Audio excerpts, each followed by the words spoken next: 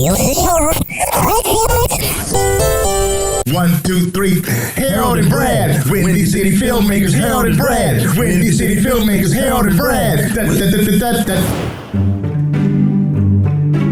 You're listening to the Harold and Brad Windy City Filmmakers podcast. Bonus footage.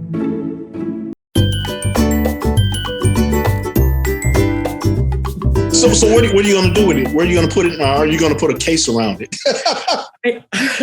I haven't gone that far. Right now, it's just I've got a wooden chair, and it kind of just sitting on this wooden chair in the corner of the room because it just fits there right now. And then sometimes I put it on the dining room table, and it just kind of sits there. It's still kind of finding out where it wants to live, but I haven't found a spot, you know. Yeah, that is so great. Yeah. I love it. Now, like one thing you talked about last time was, like for indie filmmakers, you were talking about you went to a number of film festivals, right? And I remember going to this seminar, and this group had just did their first feature film, and they were saying they spent so much time shooting it, getting it in the can, that they didn't think about post going to film festivals, and they didn't have money to go to film festivals. I said, you know what? That's a good idea. What are some things you think that a director, producer, they need to have lined up when they go into the film festival circuit? What things should they have lined up? That is a great question, Brad. And this is something I think all of us sometimes miss because we're all so excited to make our films. Yeah. Like we just want to grind it out and make our films, and you don't think of this next step of like, who's going to see it? How do we get it out there? And where do we do it? You know, how? You need to set aside a good chunk of your budget to help pay for submission fees, pay for like whatever posters, any other marketing you need to do for those individual film festivals. And that was something we did. So we submitted to, about like 100 film festivals. And I think we got into like 60 something. Man, okay. And now maybe even 70, but the problem is we lost like 15 or 20 of them because of the pandemic. Okay. So our numbers are real skewed because it was such a strange year. Right. So I think we ended up only playing in roughly like 45 or 50. Yeah. But that is a real important thing because without that buzz, without that circuit, like that led into these other phases that then got us to Netflix and then got us to the Academy Awards. We were able to qualify to submit to the Academy Awards by winning a film festival. Yeah. And so it's like those kind of things, and that kind of budget setting aside is really, really smart. The other thing that I would suggest, and this is just me, everyone has their own take on how to attack film festivals. Right. Some people only go top down. Yeah. Some people go other things. I always think kind of like you can go for some top ones, but then go for some middle ones and smaller ones as well. Right. Because once you start getting into some, everyone else goes, oh, wow, you are in some and you can keep getting into more. Yeah. Rather than chasing, only the top ones because they're so expensive. Yeah. To get your money to go a little farther, Which film festival qualified you? The Edmonton International Film Festival in Canada. Okay. Awesome. Yeah. So that was the one. And you can also look up for that. For shorts, not all of them qualify you. Like we ended up winning, I think, 17 film festivals. Okay. But that's the only one that qualified us because they have to get certain credentials to qualify to be able to submit. Okay. Right. Yeah. And the other way to submit for the Academy Awards is you could just have to play in Los Angeles County or New York and just play in a theater for 7 days in a row. 7 days in a row. There's lots of ways to qualify. Okay. Right. Yeah. So how did you all raise the money for the film? Was it like grant money, crowdfunding, out of pocket? We started out of pocket because we knew we wanted to tell the story, and it got to this point where it's like, we either needed to start or be done. And so we're like, fine, we're doing this. So it's like Will, Mary, and Ann and I all put our own money in to launch it and build like the early animatic. And then from there, we held kind of a fundraiser at UTA. And then we got a grant through Film Independent, which is a great organization. Right. Haven't worked with them. And they helped. And basically then we were able to create a fiscal sponsorship. Yeah. And what that does is anyone who donates to the film can get a tax write-off. Right. And so that's what they've created. So that incentivized other people to donate larger sums because they were able to get a tax write-off. And then we were able to get like Gilbert Films and Jerry Tremalis and a handful of other people donated the money to help get us going. You know what? It may sound corny, but I love the idea. There's a magic with having the audacity to begin. To just like, we're going to do it. We're going to put our own money up. Here we go. I mean, I just love that. It's such a power in just having the boldness to begin something. What I agree so much. I really think it's like you need to just keep going. And it's like, and one way we kept it, it's like, you know, even when we had no money, no resources, and we couldn't get anything, it's like we're still meeting every week. Right. So we never stopped. It's like, okay, we're going to meet every week. We're going to keep solving this problem. How can we solve it? How can we solve it? Right. And it was, you know, and we even went into a lot of studios and places and pitched, and they all said no. Right. They said the story's too sad. No one will watch it. You know. He's holding up the statue, ladies and gentlemen. You know what I was thinking about? I was thinking about this, Michael.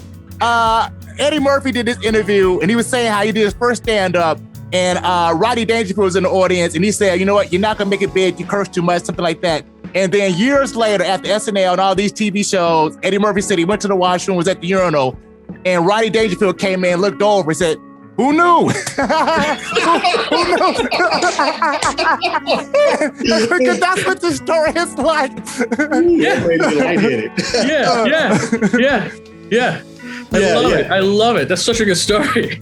You know, there has to be some type of passion and belief in yourself to take this one story and say, this story, we're going to run this as far as we can take it. And you did that, because I remember back in 99, Brad, when we had the acting troupe and Kenny and them started 1 week, he says, come hell or high water, we're going to finish this feature film. We're going to finish it. And they did. And it won awards. It didn't go as far as yours did, but it's still playing on cable. Right. Exactly. 20 years later, yeah. Exactly. And I think it's like when you have that kind of passion about a story that you really want to tell, because you're going to have to live with it for a long time. Yeah. I mean, you're going to have to live with it through like making it. Then you're going to have to live with it like through its other life, like through the festival life, to trying to get it on cable, trying to keep getting the film out there. So you're going to have to live with this thing for a long time. And so I think you really need to love that story. Right. Because it's going to be with you for a while. You're listening to the Harold and Brad Windy City Filmmakers podcast. Check us out on Buzzsprout, Spotify, Deezer, Podcast Addict, Stitcher, iTunes, and YouTube. Now back to the show. So what else can you think of right now, Michael, that we're missing that you want to talk about in this whole experience? Well, I think like the film, like for short films specifically, the film festival route is an incredible route to go to get the film out there. And then, you know, now distributors are big distributors are really starting to pay attention to short film content and short films and promote it, like Netflix, you know, Disney Plus, Amazon, like all these people are starting to really use that. So, which is really cool because it's going to give a lot more opportunity to really get things out there and have people actually see it. But it's like, it all comes back to like that story, you know, it's like, it's that story that gets you there. Now, the other piece of advice I would say is like, if you can get strong champions behind your story, no doubt, that does not hurt.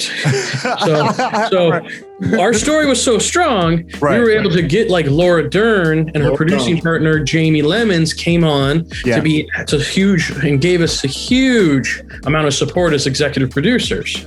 And so it's like, if you can get those kind of champions to come on, and all these celebrities, these huge, amazing artists, they all get asked like 100 times a day to put their name on something and do it. So that's why it's like your story's got to be so good that this is the one they're going to put their name on.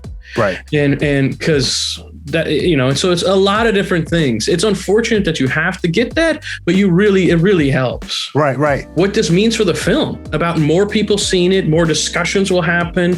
More people will start talking about, you know, gun violence in a way that I think brings people together, because it's not a movie and it's not a film that is like finger wagging or like shaming people. It's more of like, I think we can all agree we want our loved ones to come home. We want them to come home from school. We want them to come home if they go to the grocery store. We want them to come home even if they're driving home from work. Like, we want our loved ones to come home. And I think this is a universal shared experience that can lead to greater conversation. Right. I mean, it's great that you had that team. Like we would say all the time, how like Martin Scorsese always talks about how he works with Robert De Niro and he works with Thelma Schumacher, and they had this language.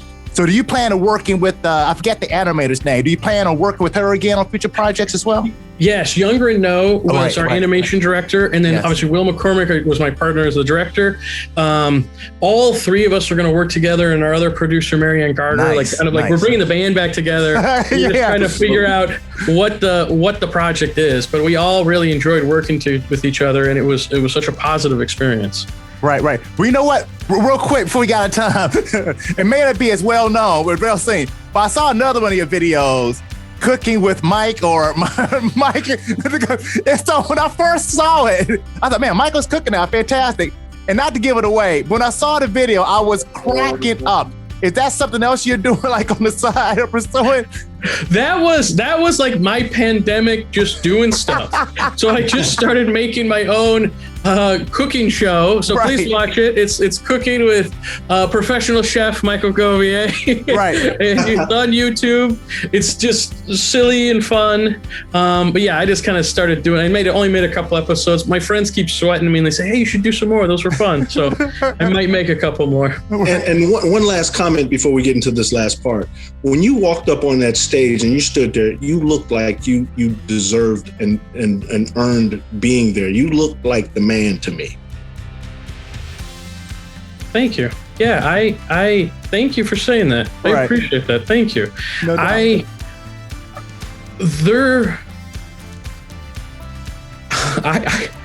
We worked hard. No doubt. We worked hard. Right. I mean, it felt like, if you want to put it in like a sports analogy, like this is something we always talked about, because like we were grinding it out. We felt like we're like the 97 Bulls. Yeah. You know?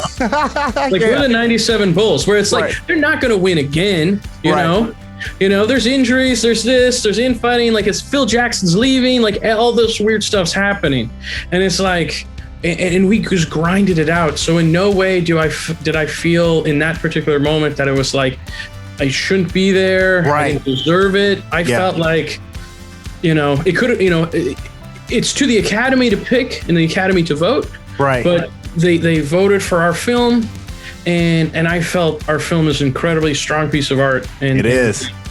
And yeah, and it was like, here we are. We did it. You know, you did it. right.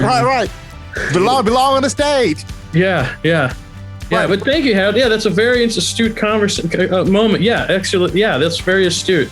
Yeah. Right. So like this last part, we're gonna totally copy off inside the actor studio. We're not making any shame about it, right? So ask last questions. I'm gonna ask the first 5. Harold's gonna ask the next 5. Cool. So the first question is, what is your favorite word? I love language and I'm a writer. I love words. I'm always obsessed with them. And I go through like cycles and phases. The current one I'm so excited about is sweet biscuit. Sweet biscuit? And I go, sweet biscuit. And it could be like, you can be positive or negative. Like, oh, sweet biscuit. Like right on, you know? Yeah. Or it could be like sweet biscuit. Like, oh. That's kind of my jam lately. Yeah. That's a good one. What is your least favorite word? I would say can't. Can't. Or impossible. Yes, I love it. Yeah, I don't like can't. Like that's just like a non-starter for me. When someone starts with that, it's like, well, we can't, you know. They told us we couldn't win this thing. Right. You can't win. Yeah. Then you're like, no. Gotta believe it. Mm-hmm. What turns you on? Like inspiration, creativity. Nice. Creativity. What turns you off?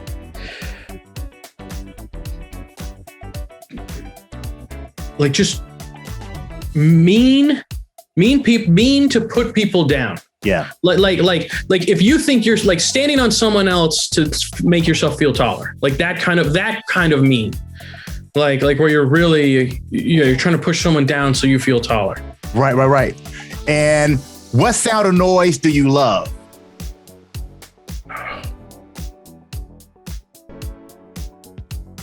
I love the wind in the leaves. Nice. Yes. Yes. I love the wind in the leaves because it has it's like you can hear a story. It's calm. It's all of it. It's just like, you're part of the world in that, I mean, we always are, but it's like, it brings you back, Right.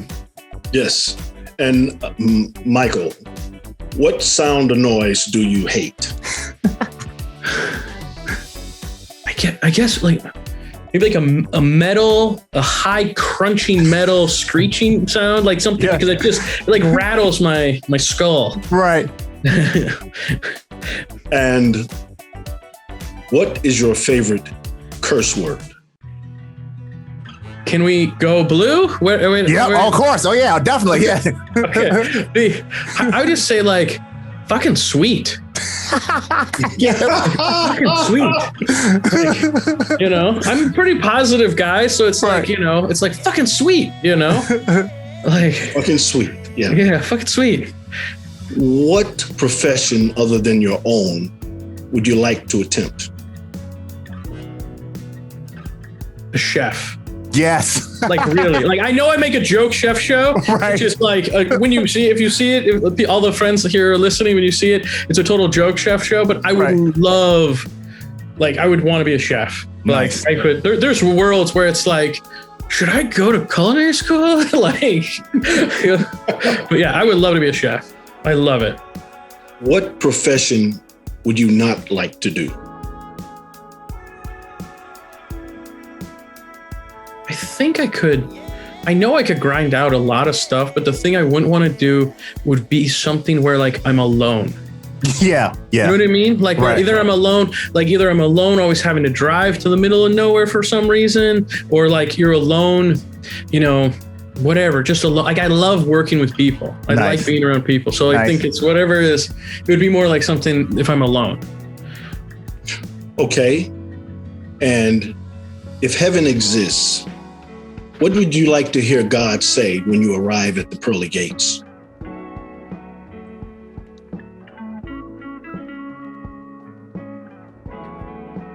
You helped a lot of people. Nice. Nice. And then I would love it to say, everyone's here. Let me introduce you around. Oh, that'd be fantastic. That's so sweet. Man, it's touching, No. Yeah, Micahel Govier, It's been a pleasure talking with you. No doubt. I've been once again so proud of you, man. Proud. So once again, for Brad Stevens and Harold Dennis. Thanks for listening in. As always, dream big, dare to be great, and we out of here. Peace. Peace.